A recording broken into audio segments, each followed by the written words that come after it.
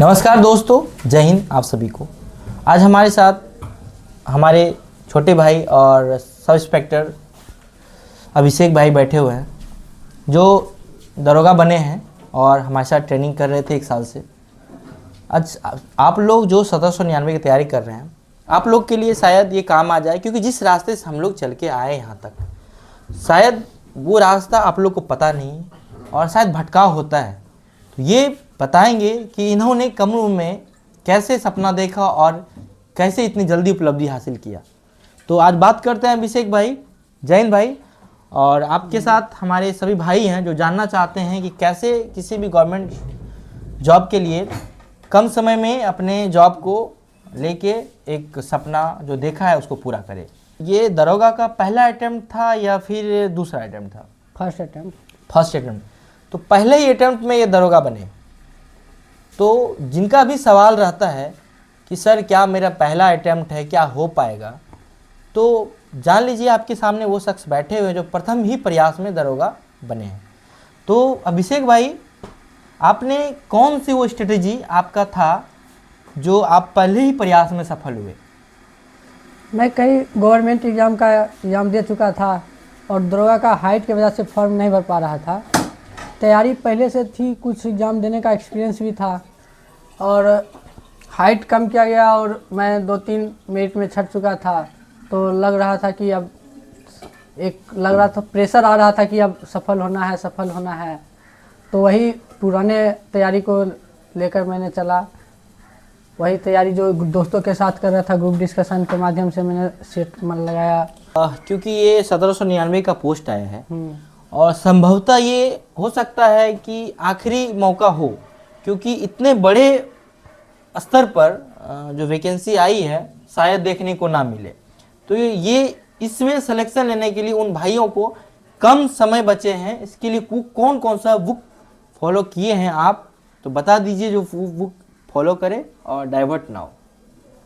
मैंने तो basically Lucent बहुत अच्छा से कवर किया था। लुसेंट को मैंने पढ़ा है और घटना चक्र का बुक पढ़ा था और करेंट अफेयर में एसपीडी का करेंट अफेयर पढ़ा था। नॉर्मली ये बुक और दोस्तों के साथ ग्रुप डिस्कशन करके मैंने सफलता पाई है। तो साइंस के लिए आप क्या पढ़ते थे? साइंस मैंने एसके झा का एक बुक था, वो हमें सरल शब्दों में अच्छा लगा था, इसलिए मैंने वो फॉलो किया था, उसको पढ़ा था मैंने।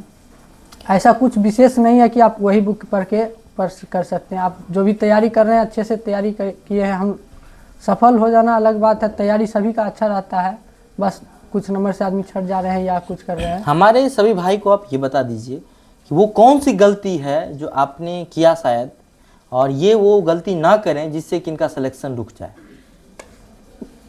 तैयारी मैंने पूर्व के एग्ज़ामों में कुछ क्वेश्चन गलती किया था, जिसे लग रहा था कि हाँ ये क्वेश्चन गलत नहीं करता तो हो जाता।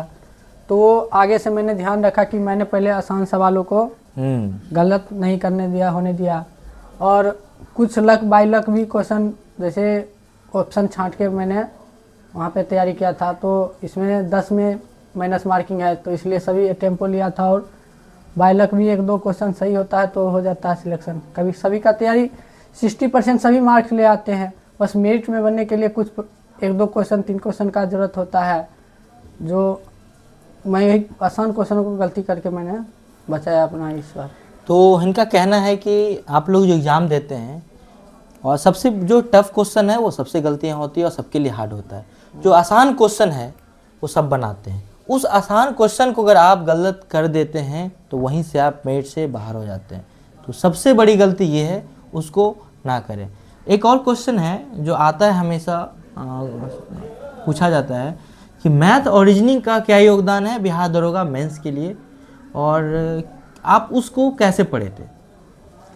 मैथ रीजनिंग तो मेंस में बहुत मायने रखता है, काहे कि वो 10 लगभग सवाल होते हैं और मैथ रीजनिंग अगर गलत करते हैं तो ज़्यादा मतलब लेकिन लगता है कि वो हाँ कन्फर्म वो नंबर है, मैंने जोड़ के चला था कि हाँ वो तो गलत नहीं करना है। मैंने इससे पहले सीजीएल का तैयारी किया था, बिहार सीजीएल दिए थे, उसमें मैथ रीजनिंग का तैयारी किए थे, तो मेरा तैयारी मैथ का बेहतर था। तो मैथ का मैंने लगभग सभी सवालों का सही जवाब दिया था।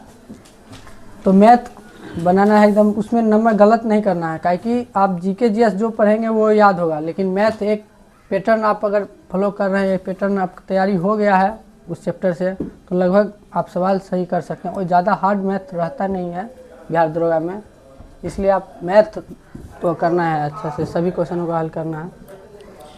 तो वैसे स्टूडेंट जो बिहार दरोगा का तैयारी कर रहे हैं उनके लिए एक और सवाल है कि वैसे स्टूडेंट फिजिक जो तैयारी कर रहे हैं 799 का, तो फिजिकल की तैयारी और रिटर्न की तैयारी दोनों को बैलेंस कैसे रखें? आप पहले रिटर्न के लिए तैयारी कर ही रहे हैं, अगर आपका फिजिकल बहुत ज़्यादा ख़राब है तो हल्का हल्का मॉर्निंग वॉक, आप टाइम उसमें वेस्ट नहीं कर, इतना रनिंग नहीं करे कि आपका पढ़ाई डिस्टर्ब हो, आपका तैयारी डिस्टर्ब हो। थोड़ा थोड़ा नहीं, हाँ, हल्का हल्का रनिंग मॉर्निंग वॉक करना, जिससे हमेशा शरीर चलंत अवस्था में रहे। और ऐसा नहीं करना है कि आप तैयारी उसके बाद थक जाए और तैयारी ही ना कर पाए मेंस के लिए। तो तैयारी करना है। अगर आपका दौर नहीं, अगर आपका दौर बेहतर है तो आप पहले आराम से रिटर्न निकालिए, उसके बाद काफ़ी समय है, आप आराम से कर सकते हैं, फिजिकली पास हो सकते हैं, कोई बड़ी बात नहीं है। ठीक है, बहुत बहुत धन्यवाद। लास्ट में एक सवाल और कि आप दरोगा बनने के बाद, यूनिफॉर्म पहनने के बाद कैसे महसूस कर रहे हैं? महसूस तो चलिए बेहतर है, एक समाज में अलग इज्जत मिलती है, लेकिन इसके साथ कुछ चुनौतियां भी है। अब जब मैं दरोगा के बारे में जब सोचता था समाज के लिए, तो लगता था कि हाँ बहुत अच्छा जॉब है, भौकाल का जॉब है, ऐसे ही समाज में इसका धारणा बना हुआ है। लेकिन ये भौकाल जो है वो समाज के लिए है, लेकिन ये एक जिम्मेदारी का पोस्ट है, बहुत जिम्मेदारी से निभाना इसको पड़ता है। एक समाज में न्याय दिलाना का प्रथम मतलब जो प्रयास होता है दरोगा के द्वारा ही शुरू किया जाता है, और बहुत जिम्मेदारी का पोस्ट है।